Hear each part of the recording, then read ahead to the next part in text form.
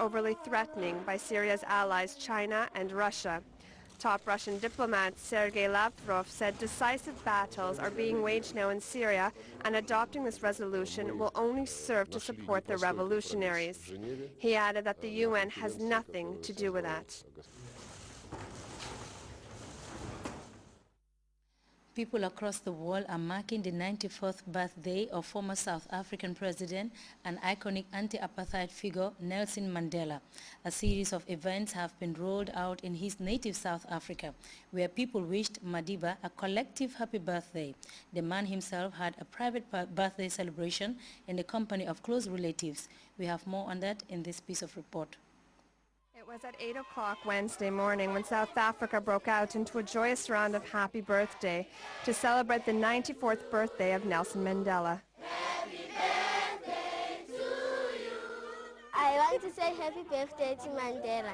I wish you many more years to come. We would like to say thank you, Tata, and we wish you many more years to come. Surrounded by those close to him, Mandela blew out his birthday candles in private. He made no public appearance save for this one photo taken the night before with former American President Bill Clinton.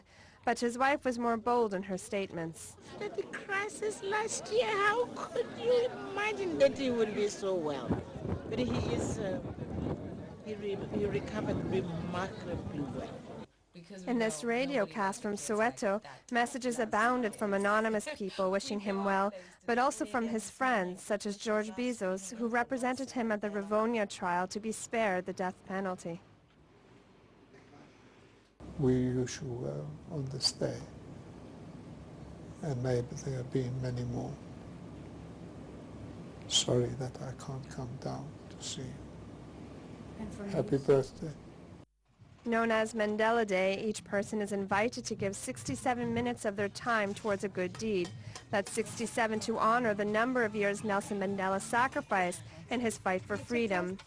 July 18th has now become a day of massive street festivals, a moment to unite around the man who has become an iconic symbol to a country who now asks itself what might happen after he leaves them. We love you, Authorities in Mali have officially asked the International Criminal Court to investigate alleged atrocities being committed in northern Mali. Mali has been gripped by internal crisis, with Islamist groups spreading out terror in the north of the country. The militant Ansarudin group recently pulled down ancient monuments in the city of Timbuktu amidst fierce international condemnation. We have details in this report. Brahima Koni, a lawyer registered with the International Criminal Court, announced that Mali was asking the ICC to probe alleged atrocities committed in northern Mali by armed groups. A government delegation made the official request to the International Criminal Court prosecutor on Wednesday.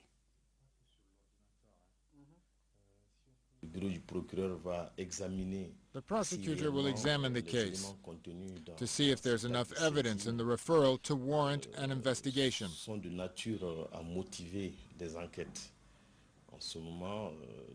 The office of the prosecutor must make the decision to investigate.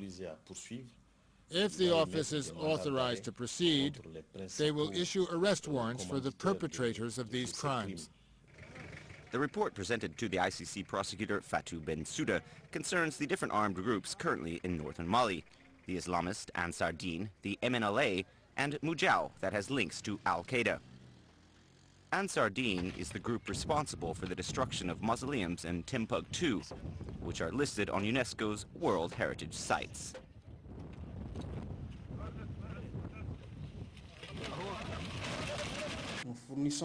We are supplying the ICC with information that will enable the court to carry out a more thorough investigation within the country's borders in order to press charges against these people. That's the first thing. The second thing is to ensure that such acts are not repeated.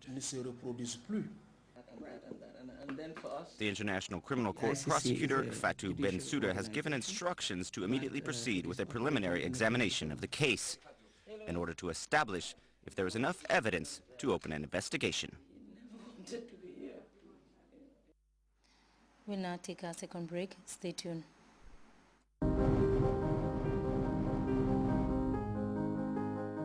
Every young person has a dream to build a career path, a dream to be successful. The avenue to the world of success is built by passion, patience, sacrifice, drive, and motivation. In this TV series, presenter Abdullah Baji would be meeting successful individuals to talk us through how they made it to the peak, and also offer expertise counseling to youth who aspire to become successful, develop, and transform our beloved country. Welcome back. Athletes from across the world are putting in final preparations ahead of the opening ceremony of the 2012 London Olympic Games. One man who is looking forward to the Games is Eritrea's top cyclist who is aiming to win gold in London. We have more on his story in this report.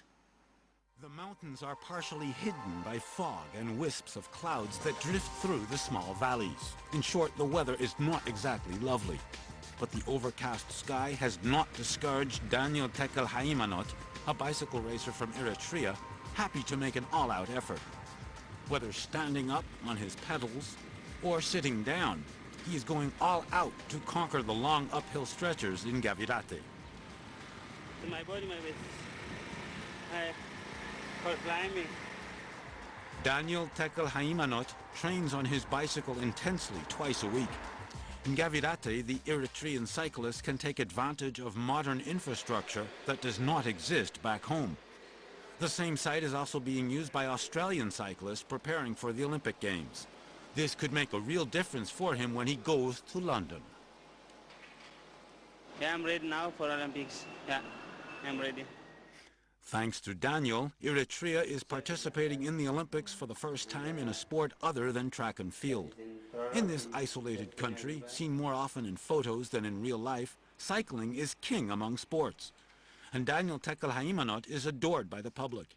He is champion of Eritrea and Africa many times over. His career was recently given a tremendous boost. Last year, he signed a professional contract with the Orica Green Edge team. Great result at the championship in Eritrea. Our goal is to make Daniel a good cyclist. He is already a good one, and in fact, Daniel is still young. He can continue to turn in better and better performance times on his bike. At age 23, Daniel Tekel Haimanot has many good years ahead of him. Cycling around the lakes of Gavirate, the star from Eritrea likes to train alone and think of what the future will bring. Next year I hope to be big performance for my conditions, and with the big riders to be ready in the Grand Tour. Daniel wants very much to participate in the Tour de France. It would be the first time in more than 60 years that a black cyclist takes part in the prestigious French race. This is an adult, still dreaming like a child. And before we go, a reminder of our headlines. Taiwan has provided funds amounting to close to $2 million for the renovation of the Bond Road bumping station. Leading by example, cabinet ministers have embarked on a sowing exercise at their Jalamba farm. Mali has asked the International Criminal Court to probe alleged atrocities committed in the north of the country. And an attack on Syria's strategic national security building in Damascus, carried out by the Free Syrian Army, has killed the country's defense minister and his deputy. You can monitor Grts Radio Live on our website at www.grts.gm. That brings us to the end of the news. Thanks for joining us, and join us again at 10 p.m. for another bulletin.